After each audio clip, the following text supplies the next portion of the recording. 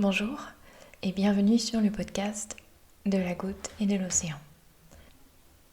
Aujourd'hui, j'ai envie de vous lire un texte que j'ai écrit aujourd'hui en réaction à quelque chose qui m'a fait réagir hier.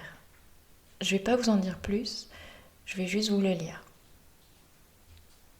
Pourquoi ai-je peur ? De quoi ai-je peur ?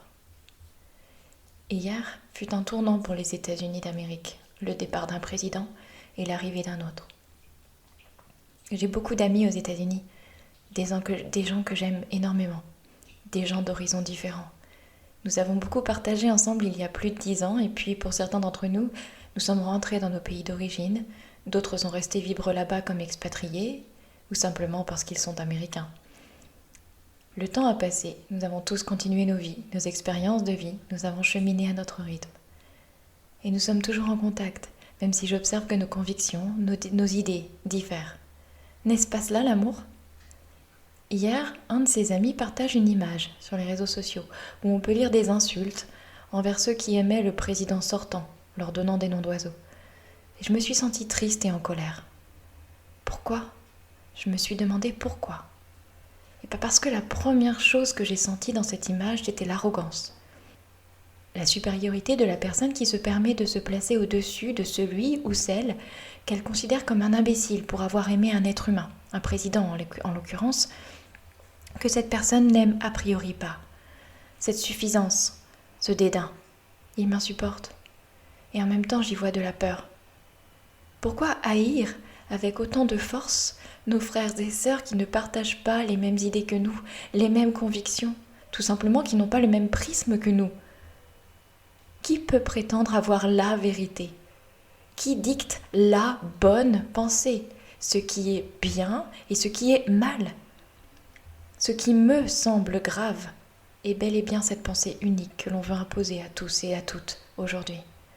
J'y vois de la peur de l'autre, la peur de la différence, la peur de penser mal parce qu'on nous dit qu'il y a de bonnes convictions et des mauvaises convictions.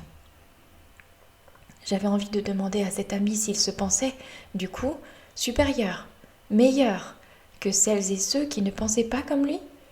Peut-il alors imaginer que ces mêmes personnes, à travers leur prisme, peuvent se croire supérieures, meilleures, plus intelligentes que lui ? Aujourd'hui, la crise actuelle est clairement, à mes yeux, une crise évolutive dans laquelle il nous est demandé de cesser de nous diviser, de nous laisser manipuler par les marionnettistes qui se sont imposés à nous il y a bien longtemps. Il est important et urgent aujourd'hui de comprendre qu'il n'y a pas un seul prisme dans notre réalité. Dans cette dimension, dans cette matrice de réalité, il existe autant de vérités que d'individus incarnés. Nous nous devons d'entendre et de respecter toutes les vérités. Il n'y a qu'en faisant cela que nous pourrons espérer toucher du doigt la vérité, car elle est la somme de tous nos prismes individuels. Nous sommes des individus qui nous additionnons pour créer un collectif. Si je bloque sur mes convictions en les présentant autour de moi comme étant la vérité, je me heurte nécessairement à celles et ceux qui en font de même. Nous sommes à ce moment-là des opposés identiques. Opposés dans la matière, dans cette dualité que nous expérimentons, mais nous sommes le miroir l'un de l'autre. Nous sommes donc parfaitement identiques. Alors si je crains l'autre, si je le déteste, si je l'insulte, si je l'humilie, si je le dénigre, c'est à moi que je fais tout cela. Car comprends bien que tout ce que je ressens envers cet antagoniste, il ou elle le ressent aussi à mon encontre. Et on joue au ping-pong. On se balance tout un tas d'énergies destructrices.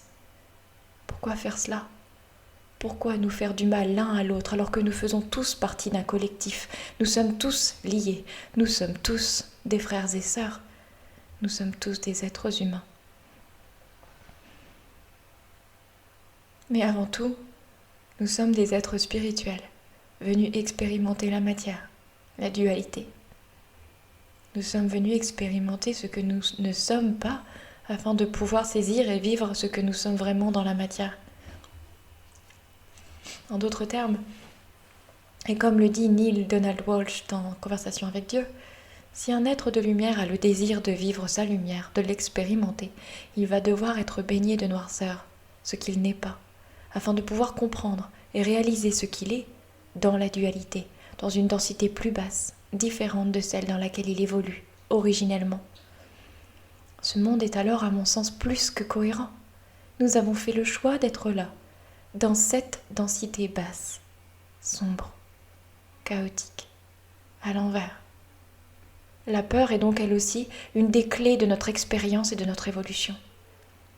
La peur et la noirceur ont permis de vivre tout ce que nous n'étions pas jusqu'au réveil de notre conscience.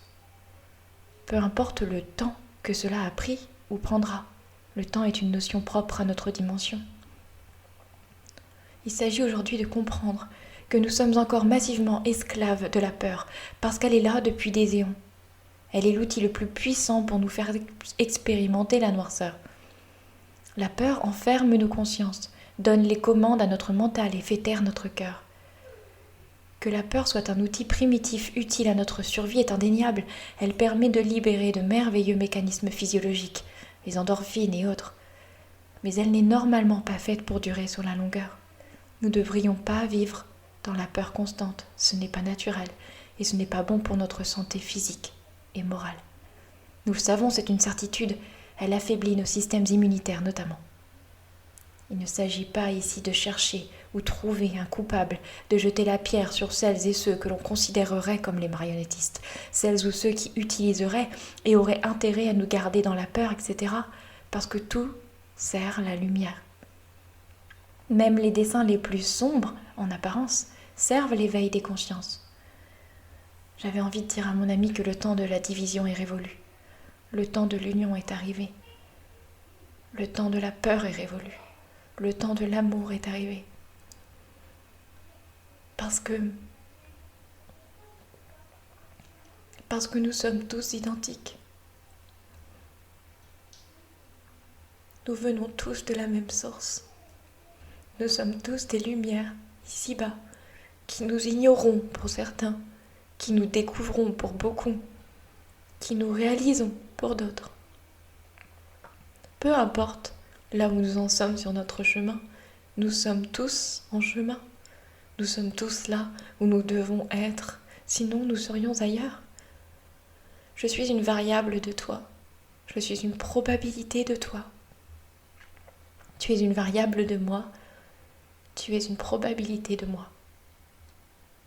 À mes yeux, chaque individu sur Terre est une probabilité de vie en fonction de tout un tas de variables. Tu es moi, je suis toi, mais né à un moment différent, dans un endroit différent, dans une famille différente, etc. Je ne te juge pas parce que tu expérimentes une vie qui est totalement différente de la mienne et tu fais du mieux que tu peux. Et je suis heureuse que tu le fasses. Je suis reconnaissante pour ce que tu fais. Vis, expérimente, car tu le fais pour toi, tu le fais pour moi, pour nous tous. Ce que tu expérimentes se reflète dans nos cellules à tous, à chaque instant. Nous partageons tout à chaque instant. Je ne te comprends pas toujours, parce que ma tête ne me le permet pas. Mais mon cœur sait que tu es tout aussi viable que moi.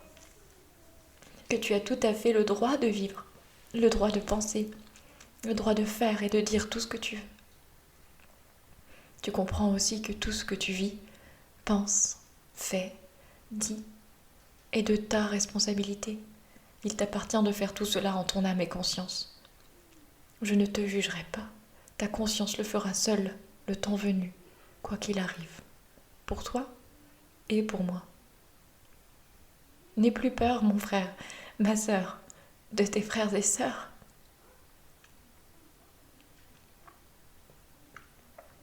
Nous sommes ici pour nous rappeler les uns les autres qui nous sommes vraiment.